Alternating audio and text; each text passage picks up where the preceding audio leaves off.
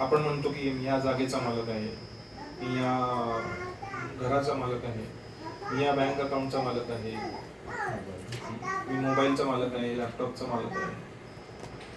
कधी कधी आपण दुसऱ्या व्यक्तीबद्दल सुद्धा मालकी प्रकट करतो. की माझा मुलगा आहे, मी म्हणतो तसंच केलं पाहिजे, मी डॉक्टर नाही होऊ शकलो, ह्याने झालंच पाहिजे, ती इच्छा असो वा नसो. हो ना, असं होतं ना बरेच जण, भरपूरदा असंच होतं. मला नाही जमलं, तू करायचं आता, कारण का तू माझा मुलगा आहे. वस्तुस्थिती आहे. हा, कारण तुम्ही स्वतःला त्याच्यात पाहताय ना. बॉडीली आयडेंटिटी, शरीराचं आयडेंटिफिकेशन एवढं स्ट्रॉंग आहे की मी हे शरीर आहे आणि शरीरातनं हे निघालेला हा मुलगा आहे, म्हणून मग हा माझा आहे. मग त्यानं माझे इच्छा पूर्ण करण्यासाठी जगलं पाहिजे. एका कॉलेजचे एक मोठे डायरेक्टर माझ्याशी चर्चा करत होते, तेव्हा ते सांगत होते एकदा ऍडमिशनसाठी एक मुलगा आला होता कॉलेजमध्ये आणि त्याला ते कॉम्प्युटर काहीतरी पाहिजे, IT कॉम्प्युटर ते मिळत नव्हतं, त्याचे मार्क्स तेवढे नव्हते इंजिनिअरिंग साठी ऍडमिशन. आणि त्याचे आई वडील घेऊन भांडत होते की नाही, याला कॉम्प्युटरचीच ब्रांच दिली पाहिजे. म्हणजे नाही अहो नाही, कॉम्प्युटर याच्यामध्ये नाही होते, तुम्हाला मग ते मॅनेजमेंट कोटामधनं वगैरे घ्यावी लागेल, 5 लाख 10 लाख जे काय असेल ते म्हणाले. आणि मेकॅनिकल पण चांगली आहे ब्रांच, मेकॅनिकल मध्ये सुद्धा स्कोप आहे, त्याने अभ्यास वगैरे केला चांगला, त्याला पुढे हे होईल ते होईल असं तसं. ते म्हणले नाही नाही, त्याला कॉम्प्युटरच करायचंय. ते म्हणाले ठीक आहे, मी मुलाशी बोलतो. ते बाहेर गेले, ते मुलाशी बोलत, तुला काय करायचं? मला इंजिनिअरिंगच नाही करायचं.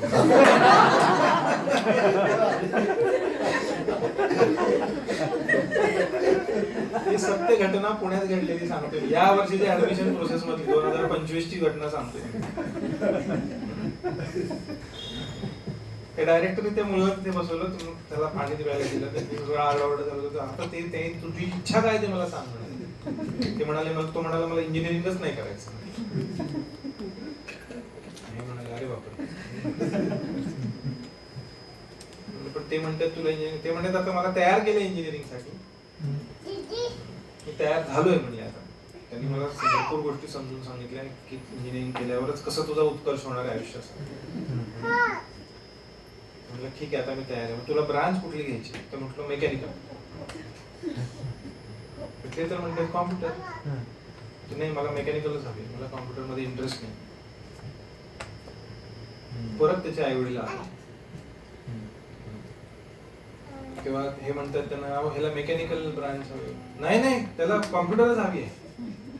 तो म्हणतोय मला नकोय कॉम्प्युटर, पण हे काय म्हणतात तो त्याला समजत नाही त्याला काय हवंय. मी सांगतो ना त्याला कॉम्प्युटर हवी आहे.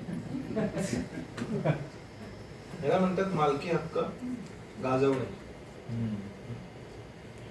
काही ठिकाणी काही गोष्टी सांगाव्या लागतात, अयोग्य योग्य अयोग्य आहे. पण एकदा चाणक्य पंडित सांगतात की प्राप्तेतु षोडशे वर्षे पुत्रम मित्रवत आचरेत् लालयेत पंचवर्षाणि.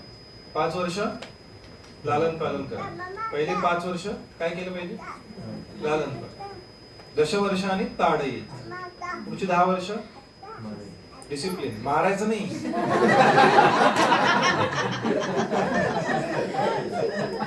ताडन शब्दाचा अर्थ आहे शिस्त लावणं, डिसिप्लिन करणं. किती वर्ष? 6 ते 15. 6 ते 15 काय करा? Tight discipline. प्राप्तेतु षोडशे वर्षे. 16 वर्ष प्राप्त झाल्यानंतर पुत्रम मित्रवत आचरेत्. मुलाशी कशाप्रमाणे वागा? मित्राप्रमाणे. जर 10 वर्ष ट्रेनिंग दिलं असेल तर दिलंच नसेल तर मग तिथं पण थोडस करावं. पण 16व्या वर्षी मॅच्युअर एक मुलगा किंवा मुलगी एक प्रौढ तयार झाला पाहिजे. हे वैदिक काळामधलं एक हे होतं. छत्रपती शिवाजी महाराजांनी पहिला किल्ला किती साली जिंकला? 16 वर्षात. आजकाल 16व्या वर्षाचा मुलगा काय करतोय? पबजी गेम खेळतोय ना, ड्रीम 11 खेळतोय, हो ना, चोरून चोरून. त्यांनी किल्ला काबीज केला एक. विचार करा. हे 300-350 वर्षापूर्वी. त्याच्या आधीचा विचार करा. आजकाल 18, 19, 20, 25, 28 वर्षापर्यंत तो शिकतोच आहे. 16-17 वर्षी तो मॅच्युअर व्हायचा, स्वतःच्या पायावर उभं राहायचा, लग्न व्हायचं, सेटल व्हायचं आयुष्यामध्ये, चालून जायचं. मग तो 50व्या वर्षी रिटायर होऊ शकत होता. आता 50 सेटल होईपर्यंत त्याची 50 यायचे. अजून सेटल होतोच आहे तो, 50 वर्ष झाली. कशा आपण कुठून आलो इथे? प्रोप्रायटर. हा, 16 वर्ष झाल्यानंतर काय केलं पाहिजे? मी प्रोप्रायटर नाही. तर हा प्रोप्रायटरशिप खूप स्ट्रॉंग आहे. हे माझं आहे, हे घर माझं आहे. सर्व देश जे बाउंड्र्या मारलेले सर्व काही आहे ना, ते कशा? प्रोप्रायटर. हे माझं. ते गरजेचं आहे काही अंशी जगात जगण्यासाठी. तुम्ही माझं घर नाही, या कोणी या घरामध्ये काही करा असं नाही चालणार. कायदा सुव्यवस्था राखण्यासाठी काही गोष्टी गरजेच्या आहेत.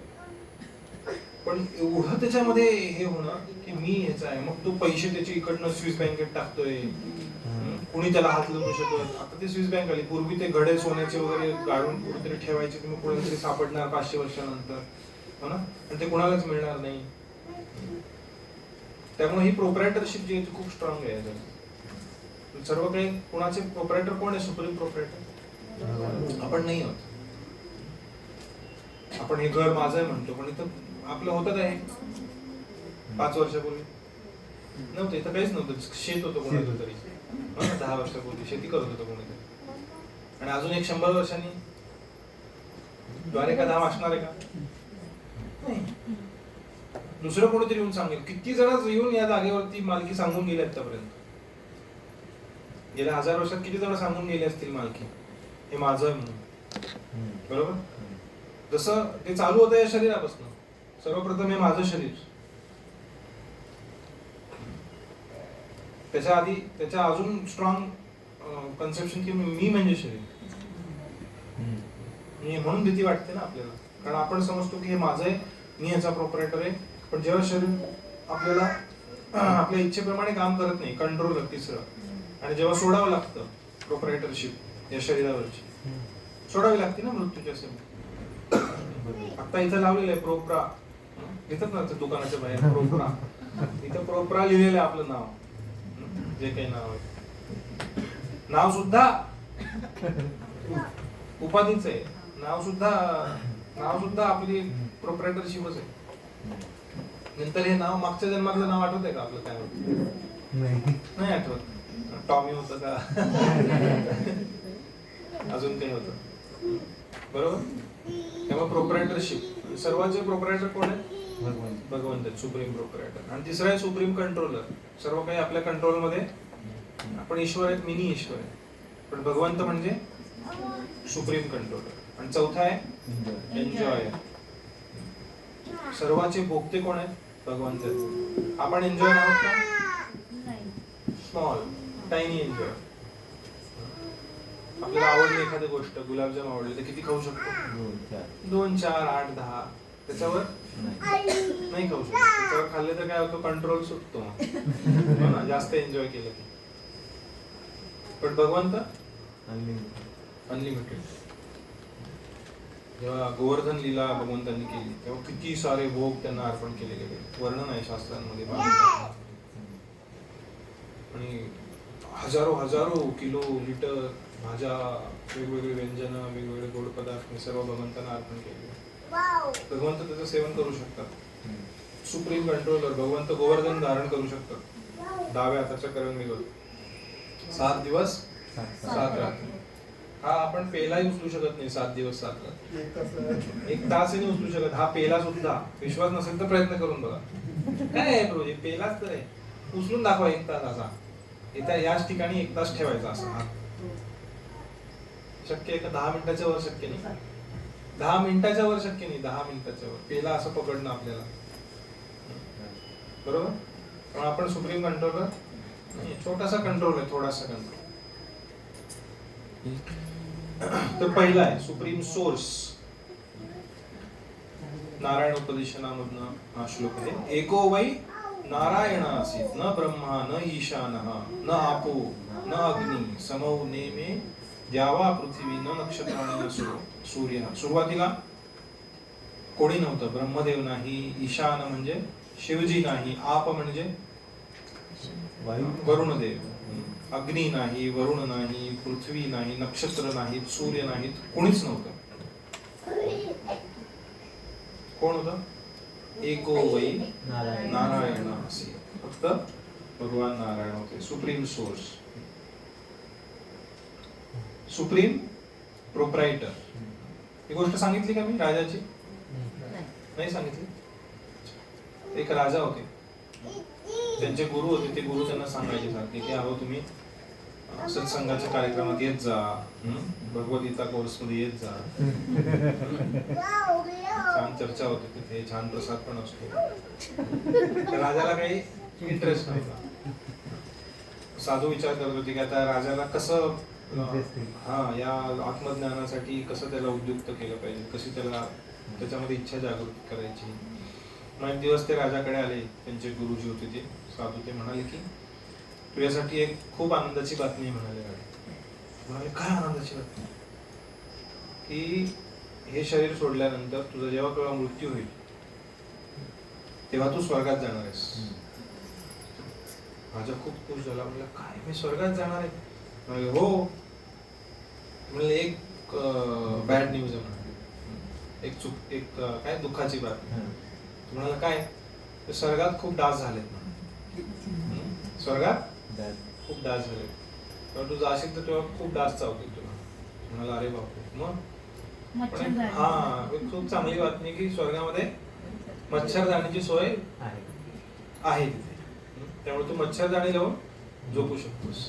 राजा खुश झाला. अरे वा, मग काय हरकत नाही म्हणाला. पण ते गुरुजी म्हणाले पण एक प्रॉब्लेम म्हणाले. काय? ते मच्छरदाणीला खूप होल्स पडलेत, म्हणजे फाटलेत मच्छरदाण्या तिथल्या स्वर्गातल्या. खूप वर्ष झाले बदलले नाही ते, फाटलेले आहेत. म्हणलं अरे अरे. मग आता म्हणलं नाही नाही तिथे तुम्ही सुई धागा वापरून मच्छरदाणी शिवून तू वापरू शकतोस. त्यामुळे तू त्या शिवून त्याच्यामध्ये झोपू शकतोस. म्हणलं ठीक आहे, हा काय हरकत नाही, चांगले धन्यवाद. पण एक वाईट बातमी म्हणाले. काय? म्हणजे ते धाग्याचं प्रोडक्शन खूप आहे पण सुयाचे कारखाने बंद पडले. तू जाताना एक सुई फक्त घेऊन जा म्हणाले सोबत. म्हणजे काय होईल? तुला छान झोपता येईल स्वर्गामध्ये. मग राजा विचार करू लागला की सुई कशी नेणार? मला स्वर्गात जायचं असेल तेवढं माहिती होती त्याला. राजा तेवढं ज्ञान होतं. शरीर सोडावं लागतं मेल्यानंतर. मी हे शरीर नाही, मी आत्मा आहे. बेसिक जे आपल्या भारतामध्ये बऱ्याच जणांना माहिती आहे. आत्मा शब्द किती जणांनी ऐकलाय? असं कोणी आहे का ज्याने आत्मा शब्द ऐकला नाही भारतात राहून? क्वचित असेल कोणीतरी. सगळ्यांनी ऐकलेलं. बरोबर? तेवढं माहिती होतं राजाला. तेव्हा त्याच्या डोक्यात प्रकाश पडला. मी एक सुई सुद्धा नेऊ शकत नाही जेव्हा हे शरीर सोडायचं तेव्हा. पण प्रत्येक जण हा विचार करतोय की मी माझं प्रोप्रायटरशिप जे आहे त्याच्यासोबत अनादी काळासाठी किंवा अनंत काळासाठी राहणार आहे आणि मी हे एन्जॉय करत राहणार. माझी जी प्रोप्रायटरशिप आहे. तिसरं आहे कंट्रोलर. ब्रह्मसंहितेमध्ये पहिला श्लोक आहे. सर्वजण म्हणा. ईश्वरः परमः कृष्णः सच्चिदानंद विग्रह अनादिरादिर्गोविन्दः सर्वकारण कारणम्. ईश्वर परमः. परम ईश्वर. ईश्वर म्हणजे कंट्रोलर. परम म्हणजे सुप्रीम. सुप्रीम कंट्रोलर भगवान श्री कृष्ण आहेत. आणि ते कसे आहेत? सच्चित आनंद विग्रह. सच्चित आनंद, नित्य, पूर्ण ज्ञानमय, पूर्ण आनंदमय आणि विग्रह. व्यक्ती आहे, पर्सनॅलिटी आहे, एक व्यक्ती आहे. अनादिर आदिर, ज्यांचं जे अनादी आहेत. अनादी म्हणजे जे कधी निर्माण झालेले नाही, नित्य आहेत. आणि आदी जे सर्वांचे स्रोत आहेत. गोविंद. गोविंद म्हणजे गो म्हणजे इंद्रिय आणि गो म्हणजे गाय. गायीला सुद्धा गो म्हटलं जातं, गोमाता. आणि इंद्रियांना सुद्धा गो म्हटलं जातं, म्हणून गोस्वामी म्हटलं जातं. जो इंद्रियांवरती ज्यांनी संयम केलेला आहे त्याला गोस्वामी किंवा स्वामी म्हटलं जातं. गोविंद म्हणजे जो सर्व जीवात्म्यांच्या इंद्रियांना आनंद देणार आहे असे भगवंत आहे. विंदती म्हणजे आनंद देणे. आणि सर्व कारण कारण, कॉज ऑफ ऑल कॉजेस, सर्व कारणांचे कारण आहे. चौथा आहे एन्जॉयर. हा श्लोक आपण 5व्या अध्यायाची चर्चा केली. सर्वजण म्हणा, भोक्तारं यज्ञ तपसां, भोक्तारं यज्ञ तपसां, सर्वलोक महेश्वरं, सर्वलोक महेश्वरं, सुहृदं सर्वभूतानां, सुहृदं सर्वभूतानां, ज्ञात्वा मां शान्तिमृच्छति, ज्ञात्वा मां शान्तिमृच्छति. याची आपण चर्चा केली. 3 गोष्टी याच्यात. भोक्तारं, भगवंत सर्वश्रेष्ठ भोक्ता आहेत, एन्जॉयर आहेत.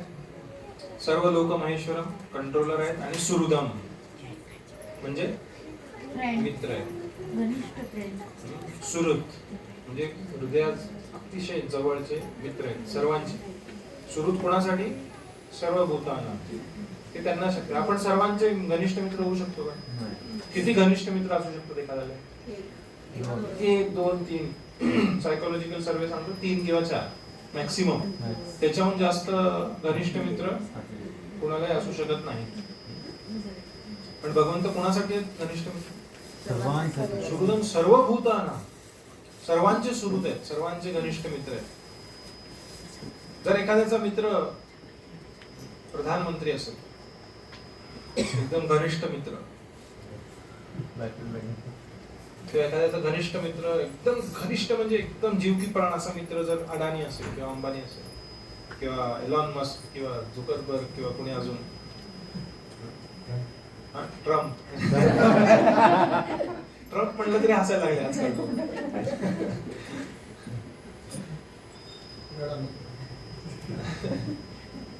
तर एवढा शक्तिशाली किंवा एवढा असा, त्यातले आता हे सगळे लिमिटेड व्यक्ती आहेत आपण उदाहरण घेतले. पण असं जर कोणी शक्तिशाली किंवा खूप बलशाली असेल कोणाचा मित्र, तो व्यक्ती कसा जीवन जगतो? हो, आई वडील आमदार खासदार झाले तरी पोरं शेपाळतात, हो ना. पण ज्याचा असा एखादा घनिष्ठ मित्र, जीवष्ट कंठस्थ मित्र असेल तर असा व्यक्ती किती निर्धास्तपणे आयुष्य जगतो. बरोबर. ऍक्च्युली कॅम्प चालू आहे मुलांचा, 100 मुलांचा. तिथे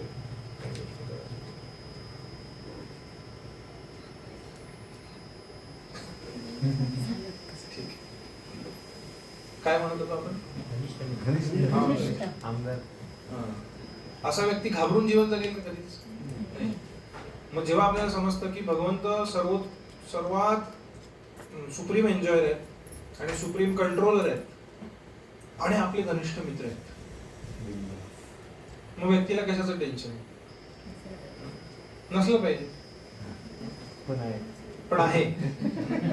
कारण आपल्याला हा साक्षात्कार नाही अजून की तिन्ही गोष्टी, भगवंत सुप्रीम एन्जॉयर आहेत, सुप्रीम कंट्रोलर आहेत आणि माझे घनिष्ठ मित्र आहेत, मला सोडलं नाहीये कुठेही गेलो तरी, माझ्या सोबत आहेत, एवढे घनिष्ठ आहेत.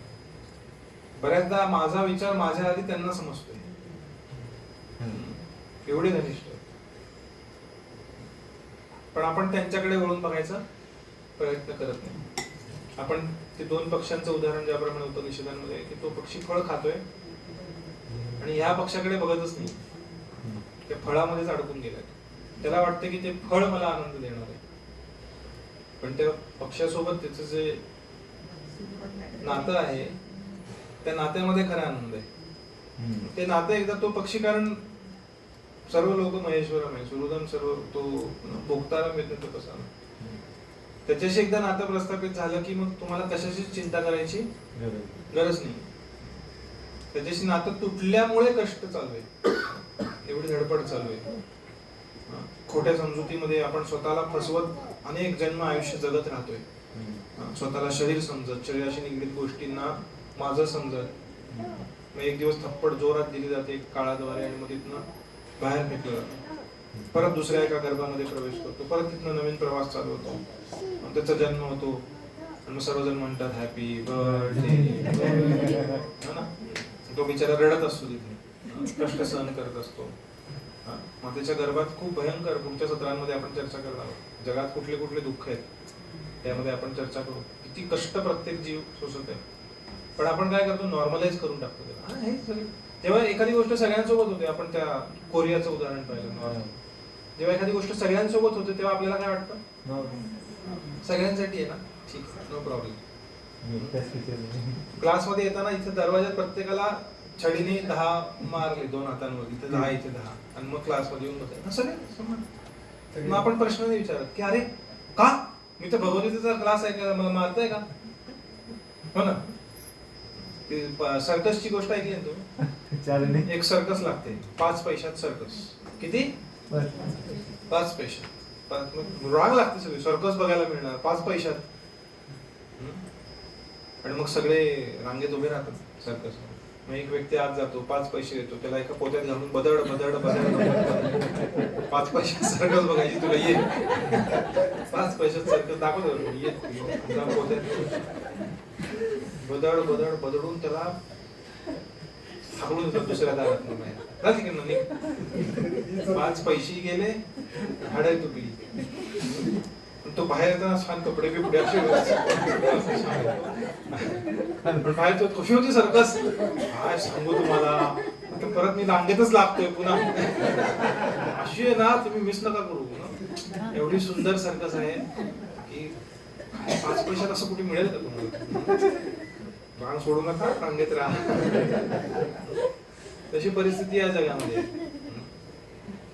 सर्वजण असं, सगळीकडे असं, सगळेजण कष्ट सोसतायत. पण नाही काय कारण एक्सेप्ट केलं तर मग मी मूर्ख आहे. जेव्हा आपण भगवंतांचं तिलक ग्रहण करतो, कंठीमाळा, भगवंतांची भक्ती करायला लागतो, जप करायला लागतो, जेव्हा एखादी व्यक्ती हे करायला लागते तेव्हा ती जगाला काय सांगते. एखादा समजा 50 वर्षाचा किंवा 60 वर्षाचा व्यक्ती आहे आणि तो तिलक लावायला लागतो, भगवंतांचे नियम पालन करायला लागतो, शास्त्रांमधले जप करायला लागतो भगवंतांच्या नावाचं 60व्या वर्षी, तेव्हा तू जगाला काय सांगतो 60व्या वर्षी, की कालपर्यंत मी मूर्ख होतो, आता शहाणा झालो. एखादी गोष्ट आपण बदलतो आयुष्यात, याचा अर्थ काय, आधीची गोष्ट सोडून देतो. आधीची गोष्ट मी करत होतो, म्हणजे हे योग्य करणं म्हणजे कालपर्यंत मी काय करत होतो, अयोग्य गोष्ट करत होतो, हे सांगायची हिंमत खूप अवघड आहे, हे सांगणं. म्हणून 5व्या वर्षी ट्रेनिंग द्या सांगतात प्रल्हाद महाराज.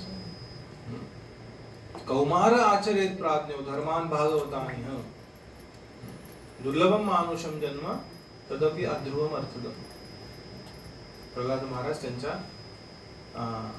शिकवणींमध्ये त्यांच्या शाळेतल्या सर्व सवंगड्यांना सांगतायत की या भागवत धर्माचं पालन किंवा भक्ती मार्गाचं पालन, आध्यात्मिकतेचं पालन कितव्या वर्षापासून केलं पाहिजे, कुमार वयापासून. कुमार वय कधीपासून चालू होतं, 5वं वर्ष जसं पूर्ण होईल तसं कुमार वय चालू, 5व्या वर्ष. 5व्या वर्षापासून ह्या भागवत धर्माचं पालन केलं पाहिजे. का, पण जेवढा बांबू हिरवा आहे तेवढा तो वापरू शकतो.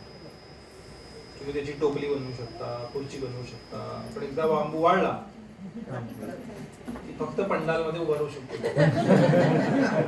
त्याची टोपली बनली जाऊ शकत नाही, अवघड होतं फार.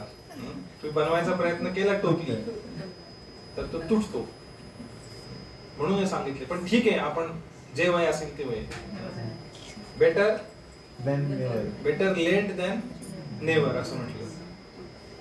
ठीक आहे, आपल्याला कुणाला कळलेलं 5व्या वर्षी, आपल्याला कुणालाच ना, आपण काही जणांना कळलं 5व्या वर्षी, खरंच कळलंय का नाही काय ते कळलं, इतपत कळलंय ते 18व्या वर्षी कळेल ना. कारण आता घरात जेवण मिळणार नाही ना, तिलक नाही लावला, जप नाही केलं, ओके. पण खरंच कितपत कळलंय ते मोठं झाल्यावर समजा, बरोबर. तर कशासाठी आपण सांगितलंय, कंट्रोलर भोक्तारम यज्ञ तपसाम. अजून नाही, आपण भगवान कळलं आपल्याला की आपले भगवंत मित्र आहेत. Friend, तर आपण घनिष्ठ मित्र. घनिष्ठ मित्र. आणि आपण सफरिंग पाशी का आलो, सर्कसचं उदाहरण काय सांगितलं. आपले जे हे जे आपलं हे आहेत ना नातं व्हायला आपण मिस केलो आणि आपण याच्यात आपण कष्ट सोसत आहे हा. पण हे त्या पक्षाकडे वळून बघत नाही. नाही. आपण ते फळ खाण्यात बसतोय. पण ते फळ कधी गोड लागते, कधी आंबट लागते, कधी कडू लागते. हे ड्युअलिटी भौतिक जगतात. शीत उष्ण, सुख दुःख, मान अपमान एकच नाही मिळणार कधीच. आता थंडी संपली, आता उन्हाळा चालू होणार, गरमी चालू होणार. मग आपण शिव्या देणार, किती घाम येतोय, किती किचकिच आहे. आणि सर्दीत काय म्हणत, किती थंडी वाजते, कधी एकदा गरम होते, कधी एकदा उन्हाळा येतोय. हो ना, हे ड्युअलिटी भौतिक जगताची. सुखासोबत दुःख येणार, उष्णतेसोबत थंडी येणार, मानासोबत अपमान येणार. जेवढा मान देणार तेवढं खाली खड्ड्यात पण राहणार तो. ही वस्तुस्थिती. तर भगवंतांची व्याख्या आपण पाहिली. काय व्याख्या भगवंतांची? देव म्हणजे कोण? सुप्रीम, सर्वात पहिला सोर्स, स्रोत. सुप्रीम प्रोप्रायटर, मालक. सुप्रीम कंट्रोलर, नियंत्रक. Supreme enjoy. सर्वश्रेष्ठ स्रोत, सर्वश्रेष्ठ मालक, सर्वश्रेष्ठ नियंत्रक आणि सर्वश्रेष्ठ भोक्ता. ही देवाची व्याख्या आहे. जो हे असेल तो देव. सिंपल. ठीक आहे. आता देव एक आहे की अनेक आहेत? किती देव आहेत आणि माझं त्यांच्यासोबत नातं काय? देव किती आहेत? एकमेव द्वितीय नास्ति. शास्त्रांमध्ये सांगितले देव एक आहे, पण ते भगवंत वेगवेगळ्या विस्तारांमध्ये प्रकट होतात, वेगवेगळ्या अवतारांमध्ये प्रकट होतात. मत्स्य, कूर्म, वराह, नरसिंह आदी. व्यक्ती एकच आहे.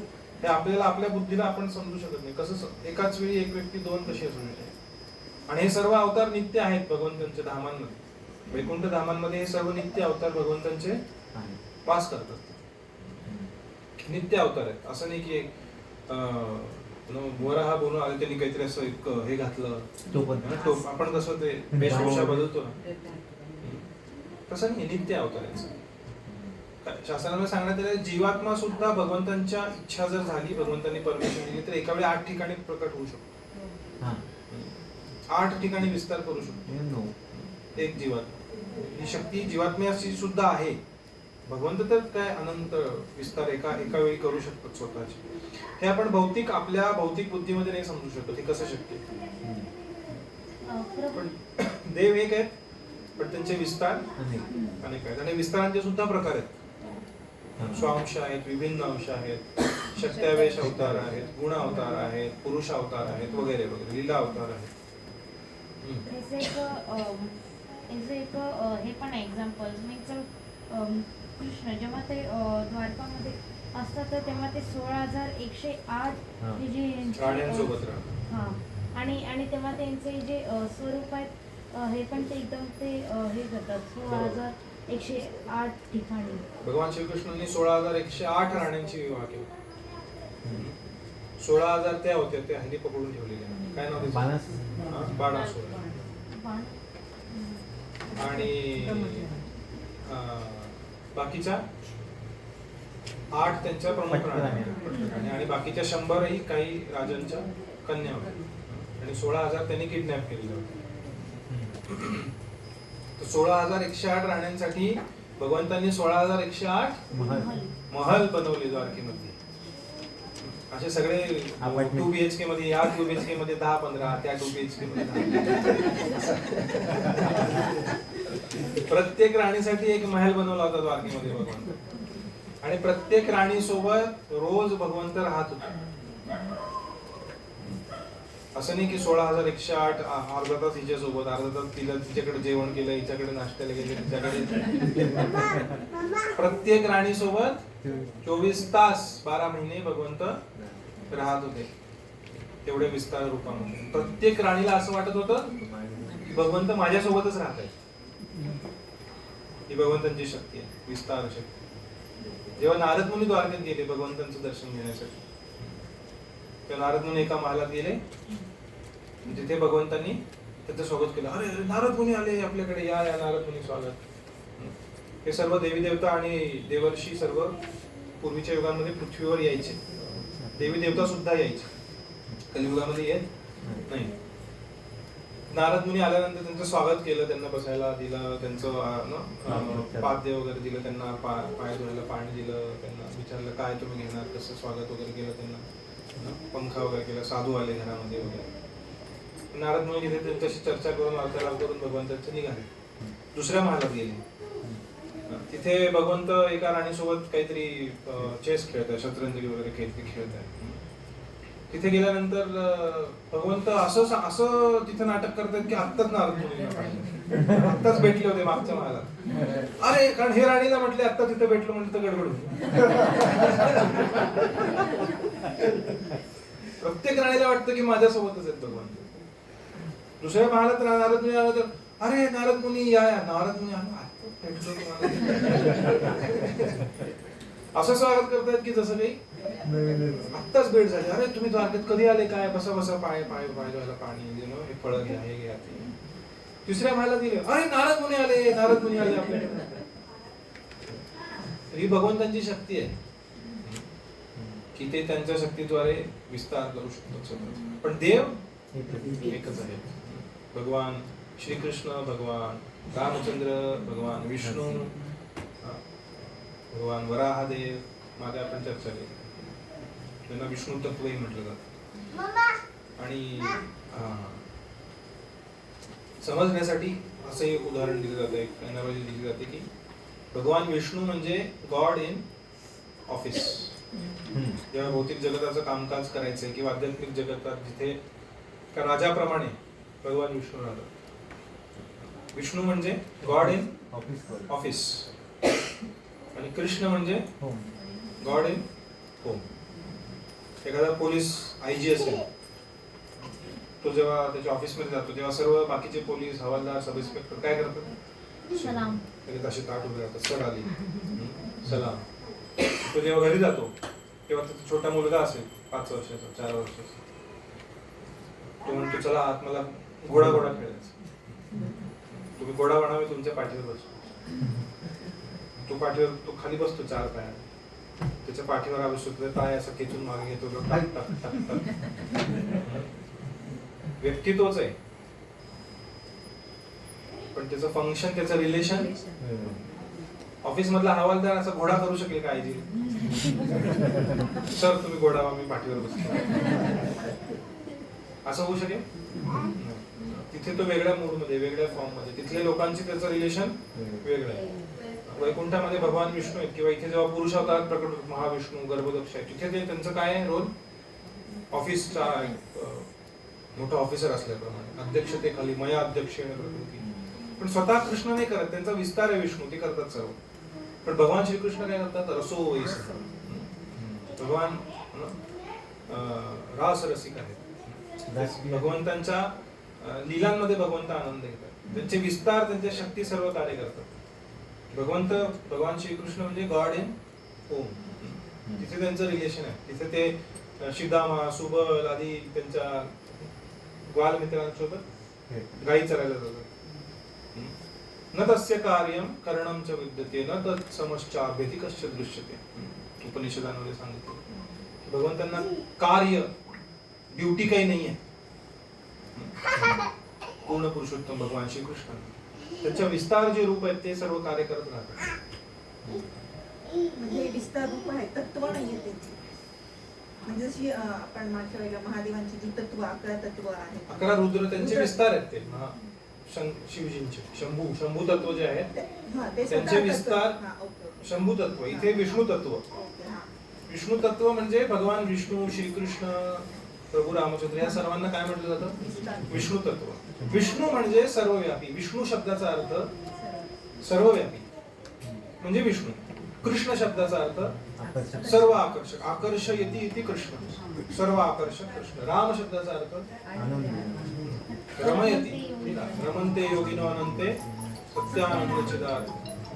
सर्वांना आनंद प्रदान करतात ते राम. तर हे सर्व विष्णू तत्व सर्वव्यापी आहे. तर भगवान श्रीकृष्ण हे सर्वाकर्षक आहे. ते आनंद उपभोग करतात, त्यांच्या भक्तांसोबत वेगवेगळ्या लीला करतात. तुम्हाला वैकुंठामध्ये वैकुंठवासी भगवान विष्णू सोबत कबड्डी वगैरे खेळतात असं कधी ऐकलंय? तिथे सर्व एकदम ऑ अँड रेव्हरन्स, रिस्पेक्टफुल. पण भगवान श्रीकृष्णांसोबत त्यांना कबड्डी करतात, त्यांच्यासोबत युद्ध करतात, त्यांना हरवतात, खाली पाडतात. त्यांना म्हणतात काय आज लोणी नाही खाल्लं वाटतं, काय शक्ती नाही काही, है ना. जेव्हा कंसाला मारलं तेव्हा श्रीदामा विचार करत होता की ह्याला कसं मारलं. आपल्याला अरे हा तर रोज माझ्याकडनं हरतो कुस्तीत. श्रीदामा राधा राणींचा भाऊ, जो श्रीकृष्णाचा सवंगडी, तर ह्यानं कंसाला मारलं, हा माझ्याकडनं रोज हरतो. मी तर ऐकलं होतं कंस फार मोठा योद्धा विद्या आहे, खूप मोठा क्रूर शासक आहे, हे ते सगळं, आणि या कृष्णाने मारलं त्याला. मी मारू शकत होतो, आता रोज हरतो माझ्याकडनं. हाच का कोण दुसरा अजून कुठला राजा कृष्णाचं रूप घेऊन आलाय म्हणला. तू तिथं कंस मरून पडलाय, तिथं जाऊन श्रीदामा म्हणतो काहीतरी गडबड वाटते, म्हटलं युद्ध कर, चल मला युद्ध. श्रीकृष्ण म्हणलं चल.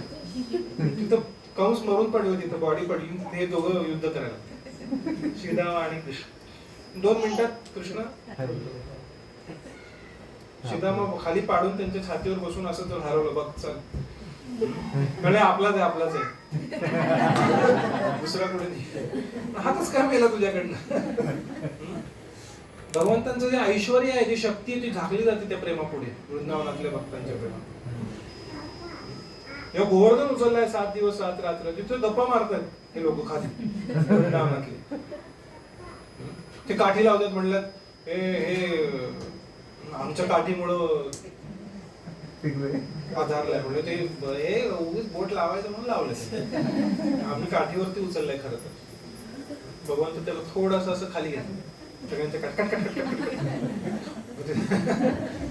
तरी पण ते विचार करतात. मग तिथे मधुमंगल म्हणतो माझ्या ब्रह्म तेजाने मी मंत्र टाकलाय त्या गोवर्धन पर्वतात, म्हणून तो हलका झालाय आणि तो तरंगतोय कापसासारखा, म्हणून ह्या गोपाल त्याला असं पकडू शकतो. नाही तर ह्याला कुठलं शक्य. माझ्या ब्रह्म तेजाने. मग श्रीकृष्ण म्हणतो त्याला एक रसगुल्ला द्या खायला. तिथे सगळ्यांची गंमत चालली आहे 7 दिवस 7 रात्र.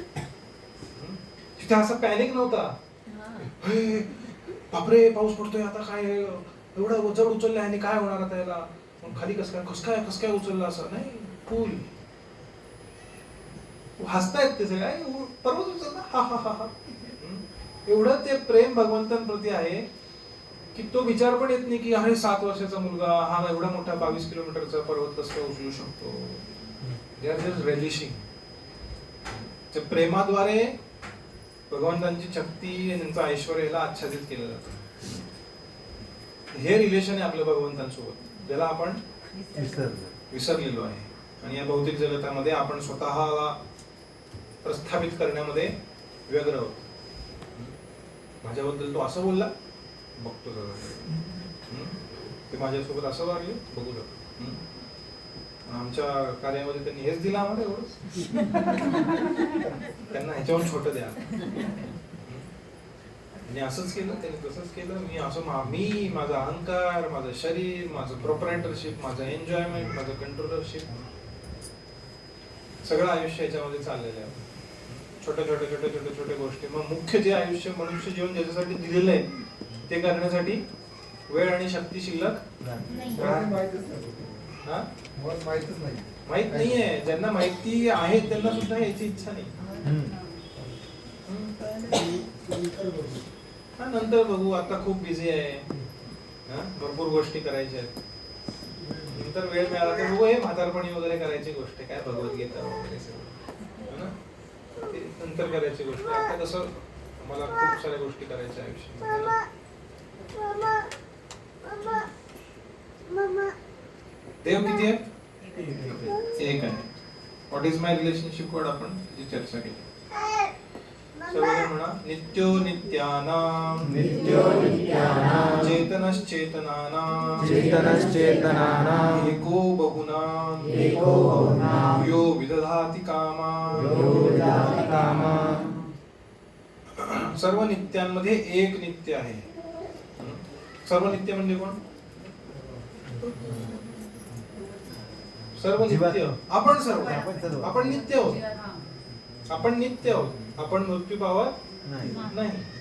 मृत्यू कुणाचा होतो? शरीराचाही होत नाही. शरीर मृतच आहे. बरोबर आहे. मृत्यू कुणाचा होतो? शरीर मृतच आहे. एक जागा सोडून दुसरीकडे आपण राहायला जातो त्याला मृत्यू म्हणतो. अस्तित्वाचा हे घर सोडून आपण दुसऱ्या घरात शिफ्ट झालो, ह्या घराचा मृत्यू झाला म्हणतो आपण. नाही, बरोबर. त्यामुळे आपण नित्य आहोत आणि या सर्व नित्यांमध्ये एक नित्य आहे. कोण आहे? भगवान. चेतनच चेतना, सर्व चेतन जे आहेत आपण चेतन आहोत.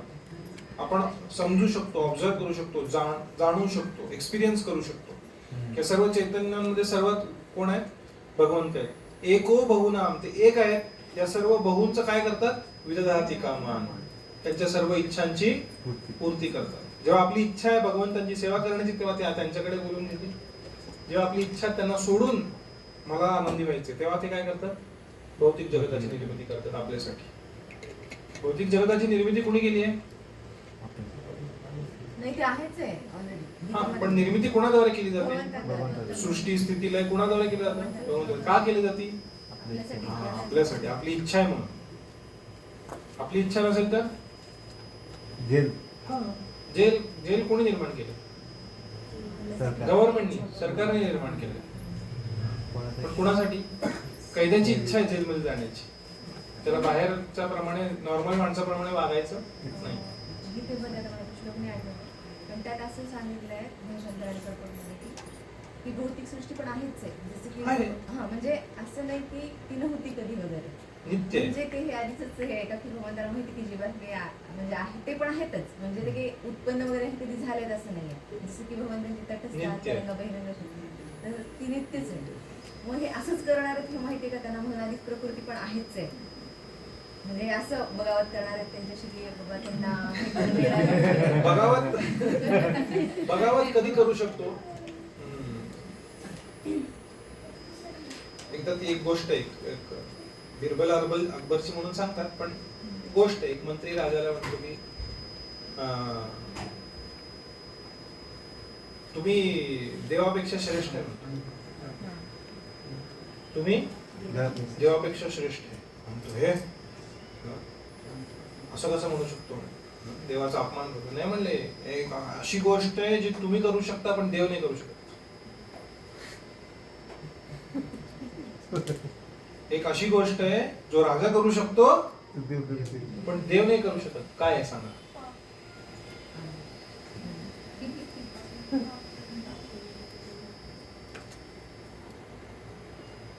शासन.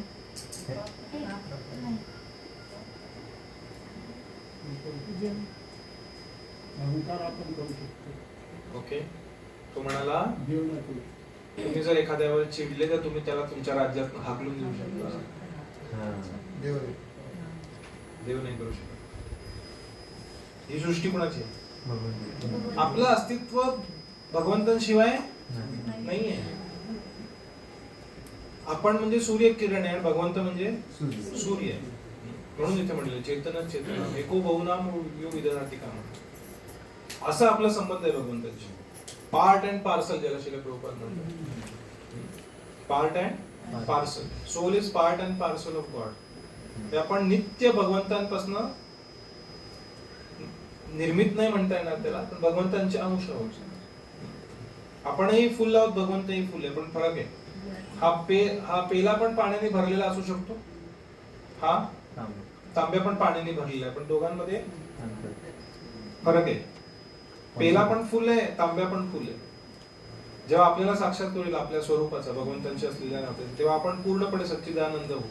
त्याचा अर्थ आपण भगवंत नाही झालो, आपण भगवंतांचे अंश आहोत. जरी पाण्याने फुल असलो तरी दोन्ही पाण्यांमध्ये फरक आहे.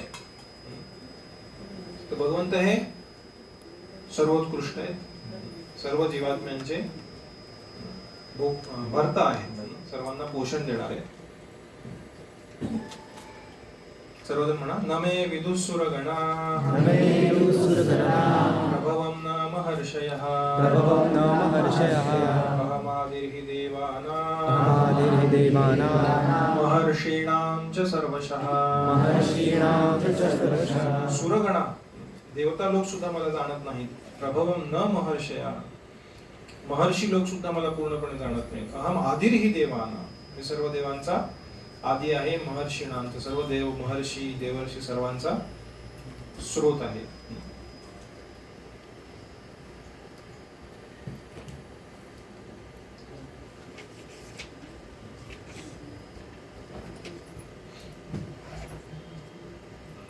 ब्रह्मसंहिता नाही आहे, चुकून वरचं टायटल हे गीता महात्म्य. गीता महात्म्य आहे शंकराचार्यांचं, त्यामध्ये लिहिलेलं. सर्वजण म्हणा, एकम शास्त्रम देवकी पुत्र गीतम, एकम शास्त्रम देवकी पुत्र गीतम, एको देवो देवकी पुत्र एव, एको देवो देवकी पुत्र एव, एको मंत्रो तस्य नामानि यानि, एको मंत्र तस्य नामानि यानि, कर्माप्येकं तस्य देवस्य सेवा, कर्माप्येकं तस्य देवस्य सेवा. एकम शास्त्र देवकी पुत्र गीता. एक शास्त्र जे सर्वात महत्वाचं ते कुठलं आहे? भगवद्गीता. देवकी पुत्र गीता. एको देवो देवकी पुत्र एव, एक देव आहे. कोण आहे? देवकी पुत्र एव, भगवान श्री कृष्ण. एको मंत्रस्तस्य नामानि यानि, एक मंत्र आहे. कुठला? त्यांचा नाव, भगवंतांचं नाव, हरिनाम. कर्म अपि एकम तस्य देवस्य, एक कर्म आहे जे सर्वात महत्वाचं आहे ते भजन्ते मां दृढव्रताः, भगवंतांची. आपलं काय नातं आहे भगवंतांशी?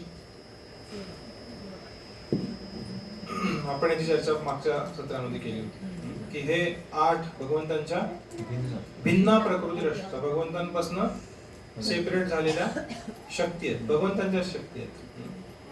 पंचमहाभूत आणि मन बुद्धी अहंकार. आणि ह्याच्या पुढच्या श्लोकामध्ये भगवंत अजून एका शक्तीबद्दल, ही एक प्रकृती आहे भगवंतांची. प्रकृती म्हणजे शक्ती भगवंतांची. हे 8 प्रकारची एक शक्ती आहे जी जड शक्ती आहे. हे चेतन नाही. पंचमहाभूत चेतन ते जाणत नाही काही. माईकला ही जाण नाही की माईक एक्झिस्ट करतो, पण आपल्याला ही जाण आहे की मी एक्झिस्ट करतो. ही जड प्रकृती. पंचमहाभूत. मन बुद्धी अहंकार सुद्धा काय आहे? जड आहे. सूक्ष्म आहे पण जड आहे. मन डेड आहे, आपण आहोत म्हणून मन कार्य करतो. बरोबर. आणि ह्याच्या पुढच्या श्लोकामध्ये भगवंत या 8च्या शिवाय अजून एक प्रकृती आहे माझी. अपरेम अपरेयमितस्त्वन्या. सर्वजण म्हणा, अपरेयमितस्त्वन्या, प्रकृतिं विद्धि मे परा, प्रकृतिं विद्धि मे परा, जीवभूतां महाबाहो, जीवभूता महाबाहो, ययेदं धार्यते जगत्, ययेदं धार्यते जगत्.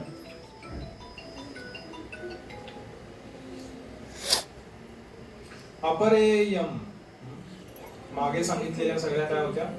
अपरा प्रकृती होत्या. इतः, ह्या आतापर्यंत सांगितलेल्या 8 काय होत्या? अपरा म्हणजे लोअर एनर्जी. आणि अन्याम प्रकृतीम विद्धि मे पराम, आता माझी परा प्रकृती जाण, जी ह्याच्यापेक्षा श्रेष्ठ आहे, पराम आहे. काय आहे ती प्रकृती? जीवभूताम महाबाहो, सर्व जीवात्मे. भगवंतांचीच शक्ती आहे, पण इंडिव्हिज्युअल व्यक्ती स्वरूपात आपण सर्वजण आहोत. आपण गॉड नाही, आपण गॉड्स आहोत. Apostrophe S. हम भगवान नाही आहे, हम भगवान के है, भगवंतांचे आहोत आपण. जीवभूता महाबाहो. आणि ती काय करते प्रकृती? यया इदम धार्यते जगत. हे जे मागचे 8 आहेत ना, त्याला चिवडत बसले, त्याच्याद्वारे आनंदी व्हायचा प्रयत्न करताय. बरोबर. Exploiting the resources of this material inferior nature. आणि आपण हा श्लोक पाहिला, उपद्रष्टा म्हणतो.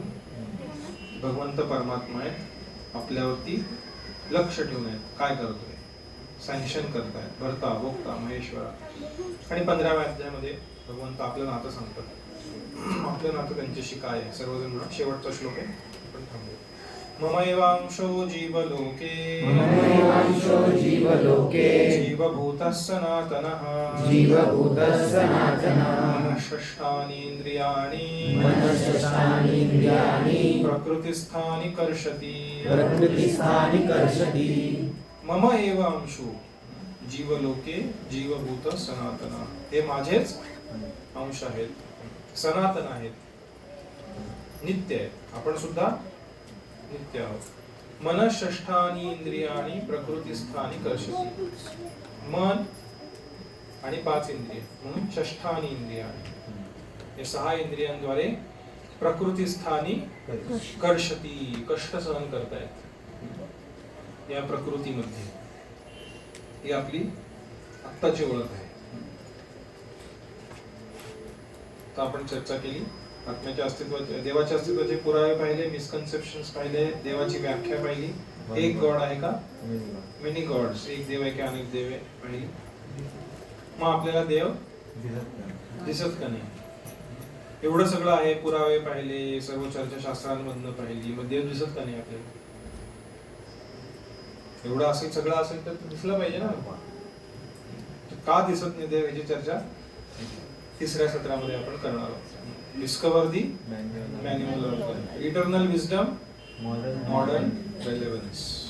या एन्शियंट शास्त्रांमधलं ज्ञान आहे, त्याचा आपल्या मॉडर्न आयुष्यामध्ये काय रेलेव्हन्स आहे आणि मॅन्युअल ऑफ लाईफ काय आहे याची आपण 3ऱ्या सत्रामध्ये चर्चा करू. कोणाचे काही प्रश्न आहेत?